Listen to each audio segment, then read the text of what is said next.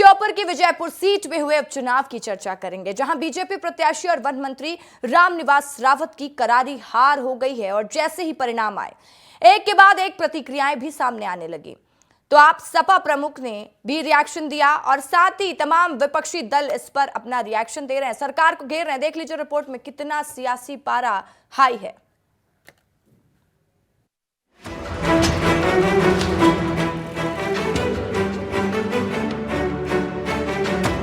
मध्य प्रदेश की 2 विधानसभा सीटों पर उपचुनाव हुआ।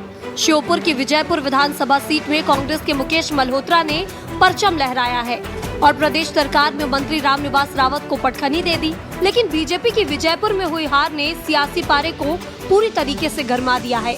भयंकर बयानबाजियां सुनने को मिल रही हैं। विपक्षी दल बीजेपी पर हमलावर नजर आ रहे हैं। वहीं प्रदेश के सियासी खेमे के साथ साथ अब दलों के बड़े नेता भी बीजेपी पर तंज कस रहे हैं। सपा प्रमुख अखिलेश यादव ने प्रहार करते हुए अपने सोशल मीडिया अकाउंट पर लिखा कि मध्य प्रदेश के विजयपुर विधानसभा उपचुनाव में भाजपा के कैबिनेट मंत्री की हार बता रही है कि भाजपा का सच क्या है। ये जीत परिवर्तन का बीज साबित होगी। सपा प्रमुख के इस बयान ने प्रदेश के सियासी खेमे को पूरी तरीके से गरमा दिया है। लेकिन बीजेपी ने भी सपा प्रमुख को करारा जवाब दे दिया और इसका मोर्चा संभाला है प्रदेश सरकार में मंत्री विश्वास सारंग ने। उन्होंने सपा प्रमुख पर पलटवार किया।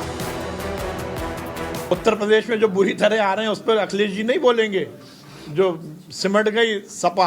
देखिए, ये सब में जितनी हवा लोकसभा के चुनाव में भरी थी ना, देश की जनता ने पंचर कर दी है। चाहे वो सपा हो चाहे कांग्रेस हो, दोनों को आकलन करना चाहिए कि सकारात्मक राजनीति करो, नकारात्मक ना करो। सपा प्रमुख के इस बयान के साथ साथ एमपी के नेता प्रतिपक्ष उमंग सिंघार ने भी बीजेपी पर निशाना साधा है। उन्होंने लिखा कि बीजेपी को सबक सिखा दिया है कि दल बदल के हथकंडे जनता के फैसले के सामने नहीं चलते। अच्छा होगा बीजेपी अब राजनीति खरीद फरोख्त से बाज आए। दूसरे दल समेत कांग्रेस के नेता लगातार हमले कर रहे हैं और वन मंत्री की हार पर सरकार को घेर रहे हैं।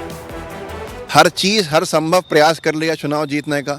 आदिवासियों पे हमले तक हो गए वहाँ पे, तब भी एक मंत्री को बचाना उनके लिए असंभव हो गया। मंत्री की हार सरकार की हार होती है। ऐसे में साफ तौर के ऊपर बीजेपी को समझना चाहिए कि अहंकारी भाजपा को अब लोग पसंद नहीं कर रहे हैं।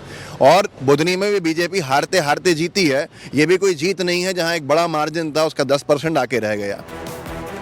विजयपुर के चुनावी परिणामों ने प्रदेश के सियासी खेमे में एक नई बहस छेड़ दी है, जहां तमाम दावों और वादों के होने के बावजूद विजयपुर की जनता ने एमपी के मोहन सरकार में वन मंत्री रामनिवास रावत को नकार दिया।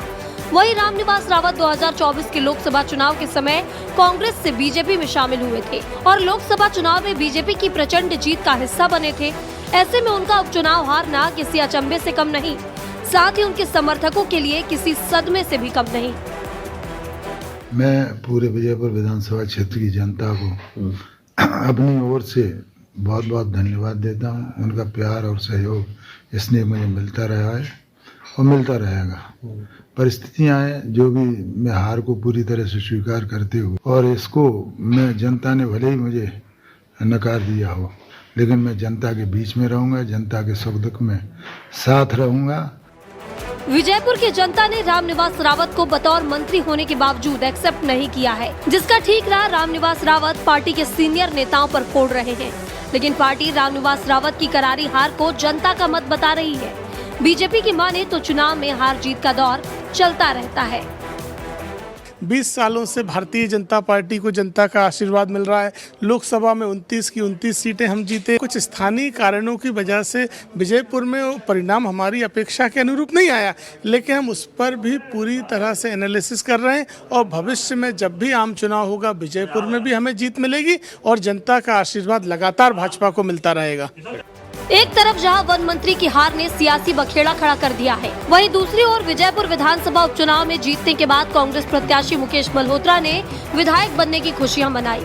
कराहल तहसील में बकायदा जुलूस निकाला गया और तो और मुकेश मल्होत्रा खुशी के मारे ढोल बजाते भी नजर आए। विजयपुर में कांग्रेस की जीत के बाद एक तरफ खुशी का माहौल है, ढोल नगाड़े बजाकर जश्न मनाया जा रहा है, नाच गाना हो रहा है, तो वहीं दूसरी ओर मंत्री की कुर्सी पे बैठकर विधानसभा का उपचुनाव हार जाने में भारी सियासत भी देखने को मिल रही है।